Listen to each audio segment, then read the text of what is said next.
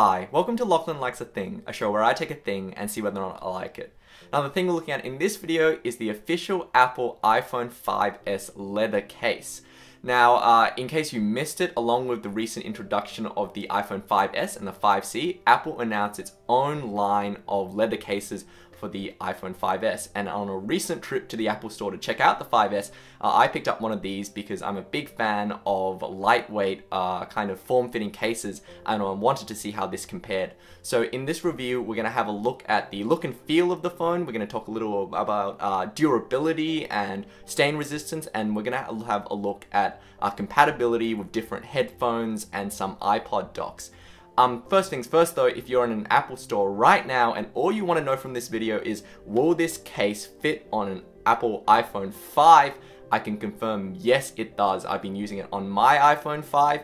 It fits just fine. So if that's all you wanted to know, then just click the like button and go ahead and buy one. Now, first of all, this case retails for $39 in the US or $48 in Australia. And that's quite a high price to pay for an iPhone case. Now, I think it's a reasonable price if the fit and finish of the case is really good and the materials used are really high quality leather. Now, I can't actually confirm if the leather in this case is from an animal or it's a protein leather, like made from eggshells, but it does say on the back that it's made from natural aniline leather. And what natural aniline leather is it's some kind of animal leather or protein leather that's been dyed in a synthetic soluble dye. So you can see here the dye they used is the red dye. I got the red edition because I think it looks really striking and it looks really cool with a black iPhone case. And also it's the product red edition of this product. So part of your $48 goes towards supporting the fight against HIV/AIDS in Africa. So I think that's pretty cool. Now, as you can see, the case is quite minimalist in design. On the back, we just have a very subtle, slightly recessed Apple logo.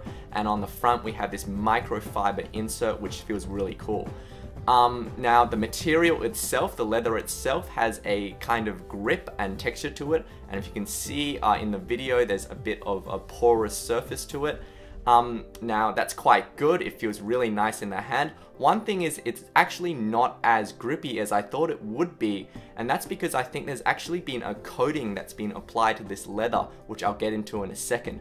But let's just show you how you pop the phone in. Now, as I said, this case fits my iPhone 5, so to put the phone into the case, all we need to do is pop it in, and it's quite easy to put on. And as you can see, once it's on, it fits really snugly, quite tightly. The fit and finish is really nice. In terms of bulk, it actually doesn't add a great deal of bulk to the phone. You can see that it only adds a few millimeters to the edges. Let's have a look at each side of the case. Now, on the top of the case, we have the power button. It's been slightly raised. Now, I actually found that with this case, it actually removes a bit of the tactile feedback you get from this button. So you don't get as quite a nice button feel, though it's still relatively easy to press the button. On this side, we have the volume controls, so raised buttons again. Now, these buttons are actually quite nice to press. You still get quite a lot of tactile feedback. You can see here that the vibrate and silence switch has been recessed slightly into this case. So you gotta dig your fingernail a little bit more in to activate that switch, which may or may not be a good thing for you.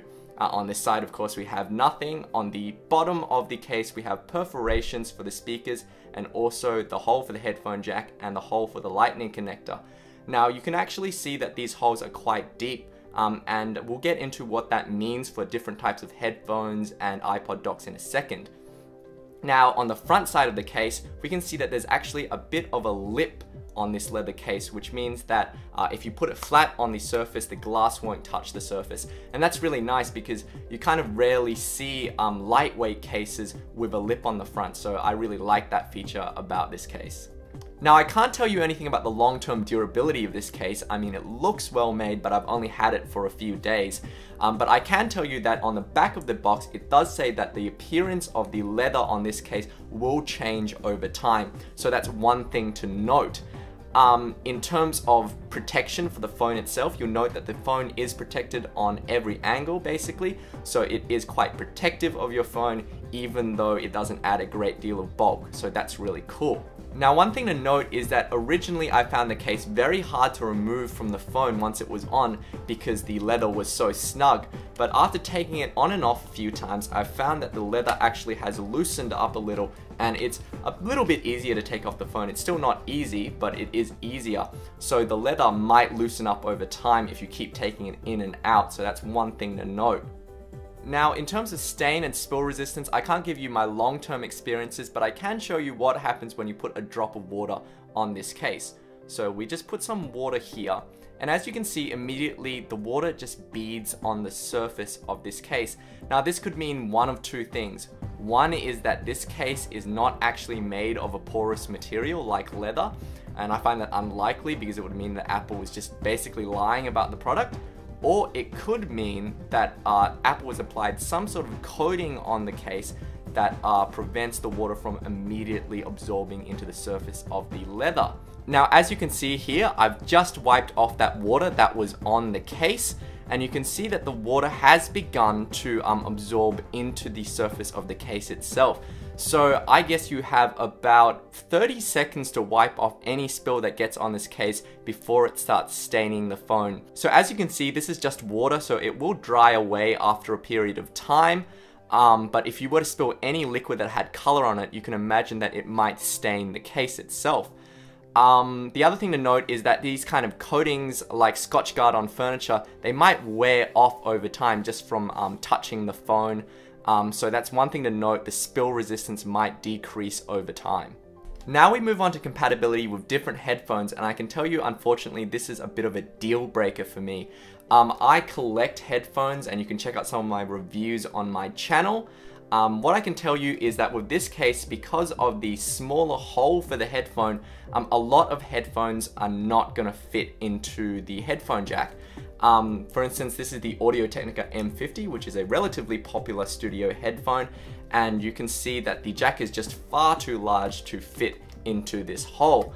Now, basically, any headphone that you own that has a screw type connector that's originally used to plug in or screw into DJ consoles or any sort of mixing console, none of those are going to fit into this hole. And there's also some other earphones and headphones from different manufacturers with larger jacks that might not fit into this hole. So if you have a favorite pair of headphones, what I can really recommend is that bring that pair to your local Apple store and just try them out in this case. I think a lot of the Apple employees will actually have this case to demonstrate to you, so you can avoid the hassle of having to return it.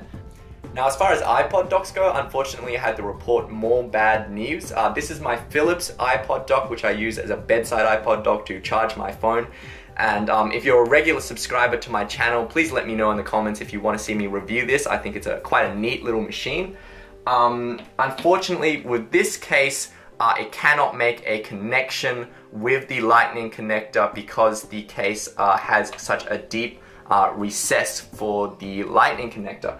So again, if you're going to get this case, be prepared to return it if it doesn't work with the iPod docks that you have at home. So as far as thin and lightweight cases with good grip for the iPhone go, what do I think is a good alternative? Well, this is a funny story. Let me show you. This is the case that I actually got basically on the first day that I had my iPhone. And it's by a pretty much no-name company called Metal Slim from China. And I haven't heard of them. I basically bought this case as a stopgap solution until I bought a better case.